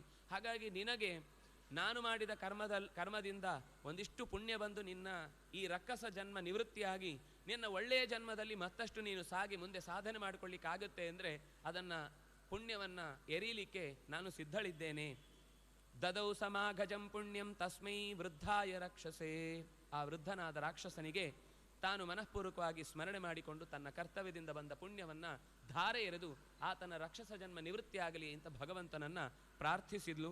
ತದೈವ ಪ್ರಾಪ್ಯ ತತ್ ಪುಣ್ಯಂ ವಿಮುಕ್ತ ರಾಕ್ಷಸೀ ತನು. ಆ ಕ್ಷಣದಲ್ಲೇ ಅವಳ ಪ್ರಾರ್ಥನೆ ಪ್ರಾಮಾಣಿಕವಾಗಿತ್ತು. ಇಂಥದ್ದು ತುಂಬ ಕಡೆ ಬರುತ್ತೆ. ಮಹಾಭಾರತದಲ್ಲೂ ರುರು ಅನ್ನುವಂತಹ ಒಬ್ಬ ಋಷಿಕುಮಾರ ತನ್ನ ಮದುವೆ ಆಗಬೇಕಿದ್ದ ಹೆಣ್ಣನ್ನು ಅಂದರೆ ದೊಡ್ಡವರು ಮಾತಾಡಿ ಮದುವೆ ಅಂತ ಫಿಕ್ಸ್ ಆಗಿ ಸ್ವಲ್ಪ ದಿವಸದಲ್ಲೇ ಆಕೆ ಸರ್ಪ ಕಚ್ಚಿ ಸತ್ತು ಹೋಗ್ತಾಳೆ.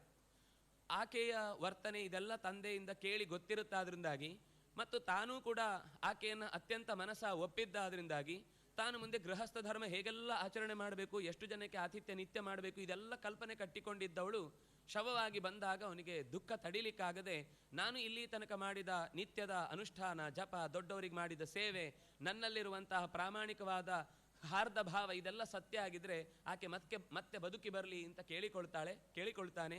ಇದಾಗುವಾಗ ಆಯುಷ್ಯದ ದೇವತೆಗಳು ಅಲ್ಲಿ ಬಂದು ನಿನ್ನ ಪುಣ್ಯದ ಆಯುಷ್ಯದ ಭಾಗವನ್ನು ಆಕೆಗೆ ಕೊಟ್ಟರೆ ಅವಳು ಮತ್ತೆ ಬದುಕ್ತಾಳೆ ಅಂತ ಹೀಗೆ ಹೇಳಿದಾಗ ದೇವತೆಗಳು ಆ ಮಾತಿಗೆ ಭರವಸೆ ಕೊಡುವಂತೆ ಅವನ ಅರ್ಧಾಯುಷ್ಯವನ್ನು ಕೊಟ್ಟು ಆ ಹೆಣ್ಣುಮಗಳು ಪ್ರಮದ ಅನ್ನುವಂತಹ ಹೆಣ್ಣುಮಗಳು ಮತ್ತೆ ಎದ್ದು ಬರ್ತಾಳೆ ಅಂತ ಅದು ನಮಗೆ ದಾಸರ ಕಥೆಗಳಲ್ಲೂ ಆಯುಷ್ಯವನ್ನು ದಾನ ಮಾಡಿದ್ರು ಅಂತ ಅನ್ನೋದನ್ನು ಕೇಳ್ತೇವೆ. ಹೀಗೆ ಒಂದು ಪ್ರಾಮಾಣಿಕವಾದ ಕೊಡುಗೈತನ ನಮ್ಮದು ಹೌದಾದರೆ ಅದು ಖಂಡಿತ ಅಂಥವರಿಗೆ ಆಶ್ಚರ್ಯ ಏನು ಅಂದರೆ ಕೊಟ್ಟರೆ ಅದು ಲಾಸ್ ಅಲ್ಲ. ರಾಘವೇಂದ್ರ ಗುರುಗಳು ಇವತ್ತಿಗೂ ಕೊಡ್ತಾ ಇದ್ದಾರೆ ಅಂದರೆ ಕೊಟ್ಟಷ್ಟು ಅದು ಮತ್ತೆ ಲಾಭವೇ. ನಾವೇನು ಅನ್ಕೊಳ್ಳೋದು ಅಂದರೆ ಯಾರಿಗಾದರೂ ನಮ್ಮ ಕಿಸೆಯಲ್ಲಿ ದುಡ್ಡು ಕೊಟ್ಟ ಹಾಗೆ, ಅದು ದುಡ್ಡು ಕೊಟ್ಟರೆ ಕಡಿಮೆ ಆಯಿತು ಅಂತ ನಾವು ಲೌಕಿಕವಾಗಿ ಅನ್ಕೊಳ್ತೇವೆ. ಆದರೆ ಅದು ಅಗತ್ಯ ಇದ್ದವನಿಗೆ ಕೊಟ್ಟೋದ್ರಿಂದ ಅವನ ಮನಸ್ಸಿನಲ್ಲಿ ನನ್ನ ಅಗತ್ಯಕ್ಕೆ ಈಗೊಬ್ಬರು ಸಹಾಯ ಮಾಡಿದ್ರು ಅಂತ ಮನಸ್ಸಿನಲ್ಲಿ ಒಂದು ಕೃತಜ್ಞತಾ ಭಾವ ಇದೆಯಲ್ವಾ, ಅದು ಅವನ ಬೆನ್ನಿಗೆ ಪುಣ್ಯದ ರೂಪದಲ್ಲಿ ನಿರಂತರ ರಕ್ಷಣೆಯಲ್ಲಿ ಇದ್ದೇ ಇರುತ್ತೆ. ನಮಗದು ಯಾವಾಗ ಕೆಲವೊಮ್ಮೆ ಗೊತ್ತಾಗುತ್ತೆ ಅಂದರೆ ನಮ್ಗೆ ಯಾರೂ ರಕ್ಷಣೆಗಿಲ್ಲ ಅಂತನ್ನುವ ಕಾಲದಲ್ಲಿ ಇದ್ದಕ್ಕಿದ್ದಾಗ ಯಾರೋ ಒಬ್ಬ ಒದಗಿ ಬಂದು ನಮ್ಗೆ ಸಹಾಯ ಮಾಡಿ ಹೋಗ್ತಾನೆ. ನಮಗೆ ಹಿಂದೆ ಗೊತ್ತಿರಲ್ಲ ಮುಂದೆ ಗೊತ್ತಿರಲ್ಲ, ಅವನನ್ನು ಮತ್ತೆ ಕೇಳಲಿಕ್ಕೂ ನಮ್ಗೆ ಅವ್ನು ಸಿಗಲ್ಲ.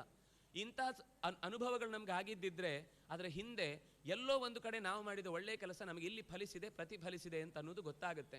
ಹಾಗಾಗಿ ಅವರು ತಮ್ಮ ಜೀವನದ ಕೊನೆಯ ತನಕವೂ ರಾಘವೇಂದ್ರ ಗುರುಗಳು ಮಾಡಿದ ಆ ಪುಣ್ಯದ ಬಲ ಇವತ್ತಿಗೂ ಭಕ್ತರು ಎಷ್ಟು ಬಂದು ಕೇಳಿದಾಗಲೂ ಪುಣ್ಯವನ್ನು ಧಾರೆ ಎರೆದು ಅವರ ಬದುಕಿಗೆ ಮಂಗಳವನ್ನು ಉಂಟು ಮಾಡ್ತಾರೆ. ಈ ರೀತಿಯಾದ ಬದುಕು ದೊಡ್ಡವರದ್ದಾಗಿರುತ್ತೆ ಅಂತ ಹೇಳ್ತಾ ಆಕೆ ತನ್ನ ಪುಣ್ಯವನ್ನು ಕೊಟ್ಟು ದೇವತಾಕಾರವನ್ನು ಪಡೆದವನು. ರಾಕ್ಷಸ ಶರೀರವನ್ನು ಬಿಟ್ಟು ಸಂಭೂತಃ ದೇವತಾಕಾರ ತೇಜೋ ಭಾಸ್ಕರ ವಿಗ್ರಹ, ಸೂರ್ಯನಂತೆ ಚೆನ್ನಾಗಿ ಹೊಳೆಯುತ್ತಾ ದೇವಯಾನದ ಕಡೆಗೆ ಸಾಗುತ್ತಾ ತನ್ನ ಹೃದಯದಲ್ಲಿದ್ದ ಎಲ್ಲ ಕೊಳೆಯನ್ನು ಬಿಟ್ಟು ದಿವ್ಯ ರೂಪಧರಃ ದ್ವಿತೀಯ ಇವ ಭಾಸ್ಕರ. ಹೀಗೆ ಅವನ ಬದುಕು ಸಾಂಗವಾಗಿ ಮಂಗಳಮಯವಾಗಿ ಕಳೆಯಿತು. ಅವಳು ಹಾಗೆ ಶರೀರವನ್ನು ಒಳ್ಳೆಯದಾಗಿ ಅಂದರೆ ಸಂಸ್ಕಾರಗೊಂಡಂತಹ ಶರೀರವನ್ನು ಪಡೆದ ಮೇಲೆ ಮತ್ತೊಂದು ಸ್ವಲ್ಪ ಸಂವಾದ ನಡೆಸ್ತಾರೆ. ಅವಳು ಹೇಳ್ತಾಳೆ, ಧರ್ಮಂ ಭಜಸ್ವ ಸತತಂ ತ್ಯಜ ಭೂತ ಹಿಂಸಾಂ ಸೇವಸ್ವ ಸಾಧು ಪುರುಷಾನ್ ಜಹಿ ಕಾಮಶತ್ರುಂ ಅನ್ಯಸ್ಯ ದೋಷ ಗುಣ ಕೀರ್ತನಮಾಶು ಹಿತ್ವಾ ಸತ್ಯಂ ವಧಾರ್ಚಯ ಶಿವಂ ಭಜ ವಾಸುದೇವಂ. ಎಲ್ಲರೂ ಅಂದರೆ ಅವನನ್ನು ಮಾಧ್ಯಮವಾಗಿಟ್ಟುಕೊಂಡು ಹೇಳ್ತಾಳೆ, ಧರ್ಮಂ ಭಜಸ್ವ, ಯಾವತ್ತೂ ಧರ್ಮದ ದಾರಿಯಲ್ಲೇ ಇರು. ಒಳ್ಳೆಯ ಶರೀರ ಸಿಕ್ಕಿತು ಅಂತಾಗ ಮತ್ತೂ ಸಮಸ್ಯೆ ಏನು ಅಂದರೆ, ಆ ಒಳ್ಳೆಯ ಶರೀರವನ್ನು ಸರಿಯಾಗಿ ಬಳಸ್ಕೊಳ್ಳಿಲ್ಲ ಅಂದರೆ ಚಕ್ರ ಮೇಲಕ್ಕೆ ಬಂದ ಮೇಲೆ ಬೀಳುವುದು ಮಾತ್ರ ಗತಿ, ಮತ್ತೆ ಮೇಲೆ ಹೋಗ್ಲಿಕ್ಕೆ ಇರುವುದಿಲ್ಲ. ಕೆಳಗಿದ್ದವರಿಗೆ ಮೇಲೆ ಬರ್ಲಿಕ್ಕೆ ಅವಕಾಶ ಇರುತ್ತೆ, ಮೇಲೆ ತುದಿಯಲ್ಲಿ ನಿಂತವರಿಗೆ ಮತ್ತೆ ವಾಪಸ್ ಕೆಳಗೇ ಬರ್ಲಿಕ್ಕೆ ಇರುವುದಾದ್ರಿಂದಾಗಿ ದೊಡ್ಡ ಎತ್ತರದ ಮೆಟ್ಟಿಲನ್ನು ಏರಿದ್ದೇವೆ ಅಂದರೆ ಬೀಳುವ ಆಳ ಜಾಸ್ತಿ ಆಗಿದೆ ಅಂತ ಅರ್ಥ. ಹಾಗಾಗಿ ನಾವು ಮೆಟ್ಟಲು ಏರುವಾಗ ಒಂದು ನೆನಪಿರಬೇಕಾದ್ದೇನು ಅಂದರೆ, ಏರ್ತಾ ಏರ್ತಾ ಹೋದ ಹಾಗೆ ನಾನು ಜಾರುವ ಪ್ರಸಂಗಗಳು ಜಾಸ್ತಿ, ಅದರಿಂದಾಗಿ ಹೆಚ್ಚು ಜಾಗೃತೆಯಲ್ಲಿ ಇರಬೇಕು ಅಂತ ಅನ್ನುವ ಎಚ್ಚರ ಬೇಕು ಅಂತ ಆಕೆ ಅವನಿಗೆ, ನಿನಗೆ ದಿವ್ಯ ರೂಪ ಸಿಕ್ಕಿತು, ಮೊದಲಿನಂತೆ ನೀನು ಒಳ್ಳೆಯ ಸಾಧನೆ ಮಾಡಿಕೊಳ್ಳಿಕ್ಕೆ ಶರೀರ ಸಿಕ್ಕಿತು ಅನ್ನುವ ಮಧ್ಯದಲ್ಲಿ ಸಂತೋಷದಿಂದ ಮತ್ತೆ ತಪ್ಪು ಹೆಜ್ಜೆ ಇಡುವಂತಹ ಕೆಲಸಕ್ಕೆ ಇಳಿಬೇಡ. ತ್ಯಜಭೂತ ಹಿಂಸಾ. ಹಿಂದಿನ ಸಂಸ್ಕಾರಗಳು ಕೆಲವೊಮ್ಮೆ ಮತ್ತದೇ ತಪ್ಪು ಮಾಡುವುದಕ್ಕೆ ಪ್ರೇರೇಪಿಸ್ತವೆ. ಅಲ್ಲ, ಹಿಂದೊಮ್ಮೆ ಮಾಡಿದ್ದು ತಪ್ಪಿಗೆ ಈಗ ಪರಿಹಾರ ಆಗಿ ನಾನು ಮತ್ತೆ ಒಳ್ಳೆಯ ಶರೀರ ಬಂತಲ್ವ, ಈಗೇನು ಸರಿ ತಪ್ಪಾಗುತ್ತೆ ಅಂತ ಯೋಚನೆ ಮಾಡುವಂತಹ ಪ್ರಸಂಗ ಬರುತ್ತೆ. ಸೇವಸ್ವ ಸಾಧು ಪುರುಷಾನ್, ಸಜ್ಜನ ವ್ಯಕ್ತಿಗಳನ್ನು ಚೆನ್ನಾಗಿ ಆರಾಧನೆ ಮಾಡು. ಜಹಿ ಕಾಮಶತ್ರುಂ, ಎಲ್ಲದಕ್ಕಿಂತ ದೊಡ್ಡ ಶತ್ರು ಯಾವುದು ಅಂದರೆ ಜಹಿ ಶತ್ರುಂ ಮಹಾಬಾಹೋ ಕಾಮರೂಪಂ ದುರಾಸದಂ ಅಂತ ಕೃಷ್ಣ ಹೇಳಿದ ಮಾತು. ಯಾಕೆಂದರೆ ಬಯಕೆಗಳು ಈಡೇರಲಿಲ್ಲ ಅಂದರೆ ಕೋಪ ಬರುತ್ತೆ. ಕೋಪ ಬರುತ್ತೆ ಅಂತಾಗಿ ಯಾರೋ ಒಬ್ಬ ಹೋಗ್ಲಪ್ಪ ಅವನೊಬ್ಬ ಕೋಪ ಮಾಡಿಕೊಂಡು ತುಂಬ ಉಪದ್ರ ಕೊಡ್ತಾನೆ ಅಂತ 2 ಸರ್ತಿ ಬಿಟ್ಟು ಕೊಟ್ಟರೆ 3ನೇ ಸರ್ತಿ ಬಿಟ್ಟು ಕೊಡಲೇಬೇಕು ಅಂತನ್ನೋದ್ರ ಒಂದು ಹಠ ಶುರುವಾಗುತ್ತೆ, ಲೋಭ ಆಗುತ್ತದು. ಲೋಭ ಆಗಿ ಮತ್ತು ಅಭ್ಯಾಸ ಆದಮೇಲೆ ಒಂದು ದಿವಸ ಇಲ್ಲ ಅಂತಾದಾಗ ಎಡಿಕ್ಷನ್ನಿಂದಾಗಿ, ಮೋಹದಿಂದಾಗಿ ಅದನ್ನು ಬಿಟ್ಟಿರ್ಲಿಕ್ಕಾಗೋದಿಲ್ಲ ಅಂತ ಆಗುತ್ತೆ.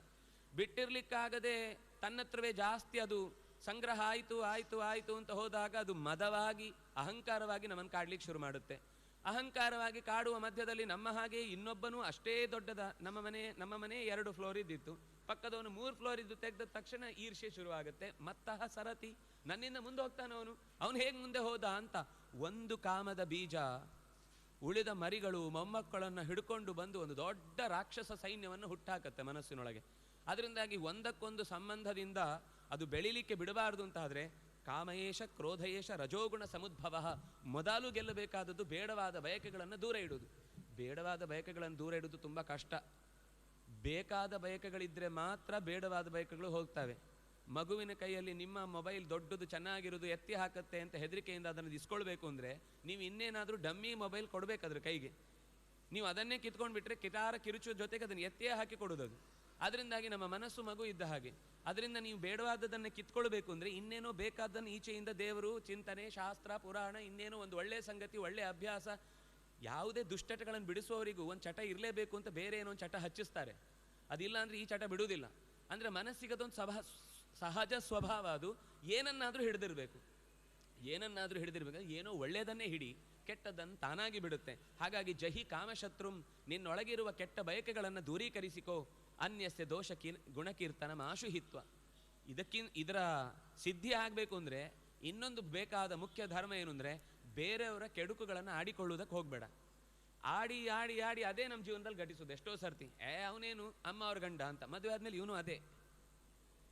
ನಮ್ಗೆ ಅನಿಸೋದು ಇನ್ನೊಬ್ಬರ ಬಗ್ಗೆ ನಾವು ಆಡಿಕೊಂಡು ಯಾಕೆಂದರೆ ನೊಂದ ಮನಸ್ಸು ಯಾವುದೋ ಕಾರಣದಿಂದ ಇನ್ನೇನೋ ಜೀವನದ ಸಮಸ್ಯೆ ಒದಗಿರುತ್ತೆ.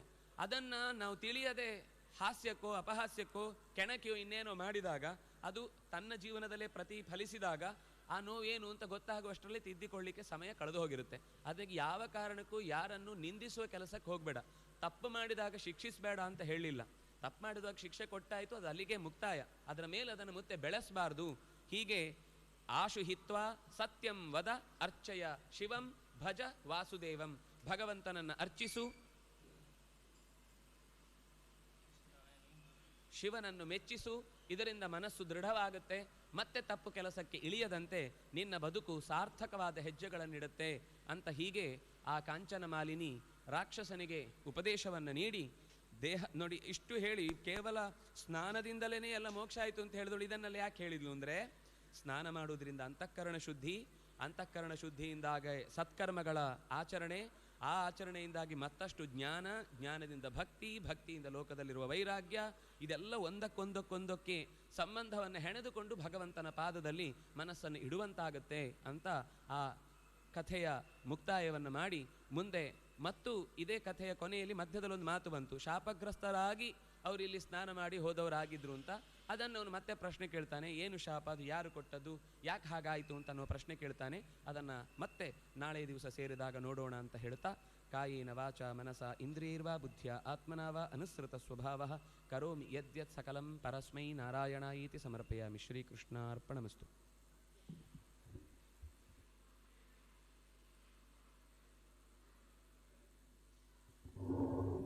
ಶ್ರೀ ಗುರುಭ್ಯೋ ನಮಃ. ಹರಿ ಓಂ. ವ್ಯಾಸಾಯ ಭವನಾಶಾಯ ಶ್ರೀಶಾಯ ಗುಣರಾಶಯೇ ಹೃದಯಾಯ ಶುದ್ಧ ವಿದ್ಯಾಯ ಮಧ್ವಾಯ ಚ ನಮೋ ನಮಃ. ಶ್ರೀ ಗುರುಭ್ಯೋ ನಮಃ. ಹರಿ ಓಂ. ಗೀತೆಯ ಒಂದೆರಡು ಚಿಂತನೆಗಳನ್ನು ನೋಡಿದೆವು. ಅಲ್ಲಿ ದುರ್ಯೋಧನನ ಪ್ರಶ್ನೆಗಳು ಸಂಜಯ ಹೇಳ್ತಾ ಇದ್ದಾನೆ. ಅದರಲ್ಲಿ ಮುಂದಿನ ಶ್ಲೋಕ, ಪವಾನ್ ಭೀಷ್ಮಶ್ಚ ಕರ್ಣಶ್ಚ ಅಂತ ಹೇಳಿ ನಿನ್ನೆ ದಿವಸ ನೀನಿದ್ದಿ, ಅದೇ ರೀತಿ ಭೀಷ್ಮ ಕರ್ಣ ಇವರೆಲ್ಲ ಇದ್ದಾರೆ ಅಂತ ಹೇಳ್ತಾ, ಮತ್ತೆ ಮುಂದಿನ ಶ್ಲೋಕದಲ್ಲಿ ಅನ್ಯೇ ಚ ಬಹವಃ ಶೂರಾಃ ಮದರ್ತೆ ತ್ಯಕ್ತ ಜೀವಿತಾಃ ನಾನಾ ಶಸ್ತ್ರಪ್ರಹರಣಾಃ ಸರ್ವೇ ಯುದ್ಧ ವಿಶಾರದಾಃ. ಅನ್ಯೇ ಚ ಬಹವಃ ಶೂರಾಃ, ನೀವಿಷ್ಟೇ ಅಲ್ಲ, ಇನ್ನೂ ತುಂಬ ಕೆಲಸವನ್ನು ಮಾಡಲಿಕ್ಕೆ ಸಮರ್ಥರು, ಯುದ್ಧ ಮಾಡಲಿಕ್ಕೆ ಸಮರ್ಥರಾದಂತಹ ಶೌರ್ಯವುಳ್ಳವರು ಇದ್ದಾರೆ. ಮದರ್ತೆ ತ್ಯಕ್ತ ಜೀವಿತಾಃ, ನನಗೋಸ್ಕರ ಪ್ರಾಣ ಕೊಡುವವರೆಲ್ಲ ಅಂತ ಸರಿಯಾಗಿ ಹೇಳಿದ್ದಾನೆ. ಅವರು ಬಂದದ್ದೇ ಪ್ರಾಣ ಕೊಡಲಿಕ್ಕಾಗಿ. ಅವರು ಭೂಭಾರ ಹರಣಾಯಚ ಅಂತ ಏನು ಕೃಷ್ಣ ಹೇಳಿದ್ದಾನೆ, ಆ ರೀತಿ ಅವರೆಲ್ಲ ಒಂದು ನಿಮಿತ್ತ, ಯಾವ ಪಕ್ಷದಲ್ಲಿ ನಾವಿದ್ದರೆ ಏನಾಗ್ತದೆ ಅನ್ನೋದನ್ನು ತೋರಿಸಿಕೊಡುವವರು ಎಂಬಂತೆ ಎಲ್ಲರೂ ಅವನೇ ಮುಂದೆ ಹೇಳ್ತಾನೆ ಕೃಷ್ಣ. ಎಲ್ಲರೂ ಕೂಡ ಅವರ ಅಂತ್ಯವನ್ನು ಕಂಡಾಗಿದೆ, ನೀನು ನಿಮಿತ್ತ ಮಾತ್ರಂ ಭವಸವ್ಯಸಾಚಿನ್ ಅಂತ ಈ ರೀತಿಯಾಗಿ ಹೇಳಿದ್ದಾನೆ. ಹಾಗೆ ಅವರೆಲ್ಲ ಪ್ರಾಣ ಕಳ್ಕೊಳ್ಳಿಕ್ಕಾಗಿ ಬಂದಿದ್ದಾರೆ ಅನ್ನುವ ಸೂಚನೆ ಅವನ ಬಾಯಿಂದಲೇ ಹೊರಬಿದ್ದಿದೆ. ನಾನಾ ಶಸ್ತ್ರ ಪ್ರಹರಣಾಃ ಸರ್ವೇ ಯುದ್ಧ ವಿಶಾರದಾಃ, ಎಲ್ಲರೂ ಕೂಡ ತುಂಬ ಪಳಗಿದವರು, ತುಂಬ ಬಿಲ್ಲು ವಿದ್ಯೆ ಇತ್ಯಾದಿಗಳಲ್ಲೆಲ್ಲ ಮಹಾರಥಿಕರೆಲ್ಲ ಇದ್ದಾರೆ. ಎಲ್ಲರಿಗೂ ಕೂಡ ಒಳ್ಳೆಯ ಕಲೆಗಾರರು, ಎಲ್ಲ ಒಳ್ಳೆಯ ಯುದ್ಧ ವಿಶಾರದರು ಅಂತ ಹೇಳ್ತಾ ಇದ್ದಾನೆ. ಈ ರೀತಿಯಾಗಿ ಮುಂದಿನ ಶ್ಲೋಕದಲ್ಲಿ ತನ್ನ ಸೇನೆಯಲ್ಲಿರುವ ವಿಶಿಷ್ಟವಾದ ವ್ಯಕ್ತಿಗಳ ಒಂದು ಪರಿಚಯ ದ್ರೋಣರಿಗೆ ಗೊತ್ತಿಲ್ಲ ಅಂತಿಲ್ಲ, ಆದರೂ ಕೂಡ ಅದನ್ನು ತಿಳಿಸಿದ್ದಾನೆ. ಅಂತೂ ನಮಗೆ ಜಗತ್ತಿಗೆಲ್ಲ ಆ ಪಕ್ಷ ಹೇಗಿದೆ ಅನ್ನುವುದು ಈ ಶ್ಲೋಕಗಳಿಂದ ಅದು ತಿಳಿಸಿದಂತಾಯಿತು. ಇನ್ನು ವಿಷ್ಣು ಸಹಸ್ರನಾಮಕ್ಕೆ ಬರೋಣ. ವಿಶ್ವಂ ವಿಷ್ಣುರ್ವಷಟ್ಕಾರೋ ಭೂತಭವ್ಯ ಭವತ್ ಪ್ರಭುಃ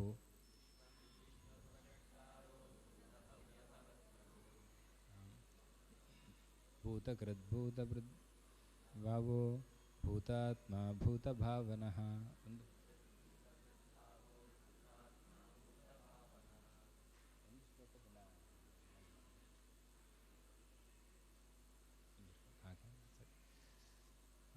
ದಿನದಲ್ಲಿ ಒಂದು ಶ್ಲೋಕ ಹೇಳೋದು, ಅದು ಒಂದು 5-6 ದಿನ ಹೇಳುವಾಗ 6 ಹೆಸರು ಒಂದು ಸಾಲಲ್ಲಿ ಸಾಧಾರಣ ಇರ್ತದೆ.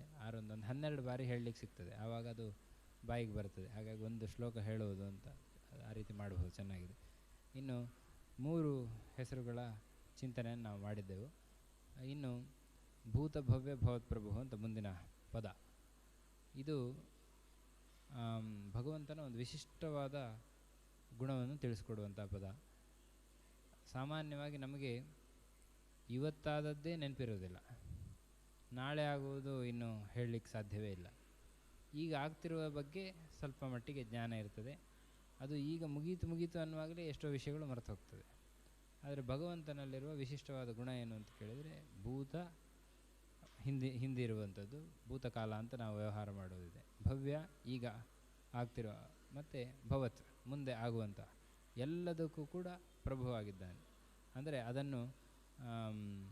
ಅದರಲ್ಲಿ ಶಕ್ತಿ ತುಂಬುವವನು, ಎಲ್ಲ ವಿಷಯಗಳಲ್ಲಿ ಕೂಡ ಅದು ಏನಿದೆ ಅದು ಸರಿಯಾಗಿ ಗೊತ್ತಿದೆ, ಏನಿತ್ತು ಅದೂ ಕೂಡ ಗೊತ್ತಿದೆ, ಮುಂದೆ ಆಗುವ ಬಗ್ಗೆ ಕೂಡ ಜ್ಞಾನವುಳ್ಳವನು ಅದು ಭಗವಂತ.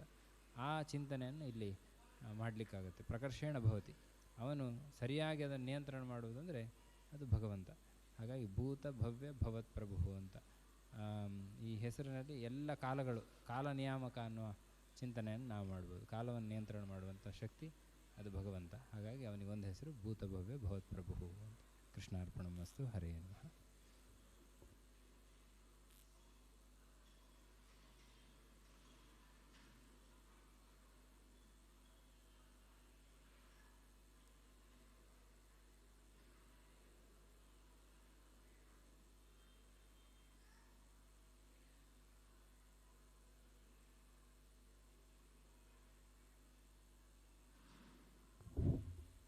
प्रलयोदन्वदुदीर्णजलविहारानिमिषाङ्गम् कमलाकान्तमखण्डितविभवाब्धिं हरिमीडे चरमाङ्गोद्धृतमन्दरतटिनं कूर्मशरीरम् कमलाकान्तमखण्डितविभवाब्धिं हरिमीडे कमलाकान्तमखण्डितविभवाब्धिं हरिमीडे शितदंष्ट्रोद्धृतकाश्यपतनयं सूकररूपम्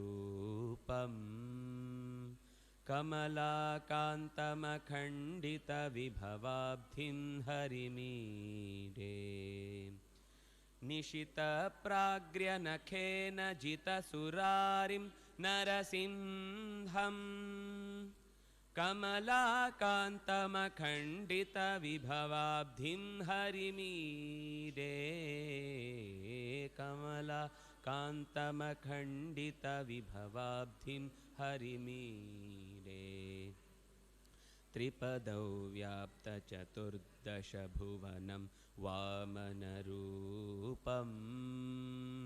कमलाकान्तमखण्डितविभवाब्धिं हरिमीडे क्षपितक्षत्रियवंशनगधरं भार्गवरामम् कमलाकान्तमखण्डितविभवाब्धिं हरिमीडे कमलाकान्तमखण्डितविभवाब्धिं हरिमीडे दयिताचोरनिबर्हणनिपुणं राघवरामम् कमलाकान्तमखण्डितविभवाब्धिं हरिमीडे मुरळीनिस्वनमोहितवनितं यादवकृष्णं कमलाकान्तमखण्डितविभवाब्धिं हरिमीडे कमलाकान्तमखण्डितविभवाब्धिं हरिमीडे पटुचाटीकृतनिस्फुटजनतं श्रीघनसंज्ञम् कमलाकान्तमखण्डितविभवाब्धिं हरिमीडे परिनिर्मूलितदुष्टजनकुलं विष्णुयशोजम्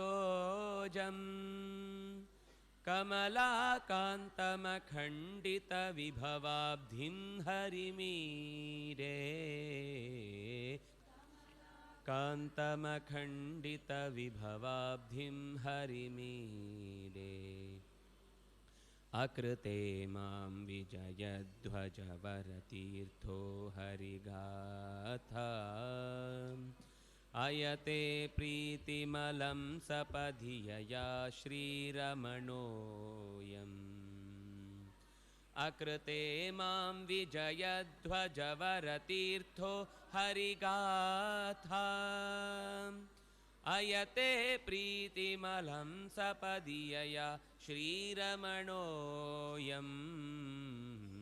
कमलाकान्तमखण्डितविभवाब्धिं हरिमीडे कमलाकान्तमखण्डितविभवाब्धिं हरिमीडे हरिमीडे हरिमीडे हरिमीडे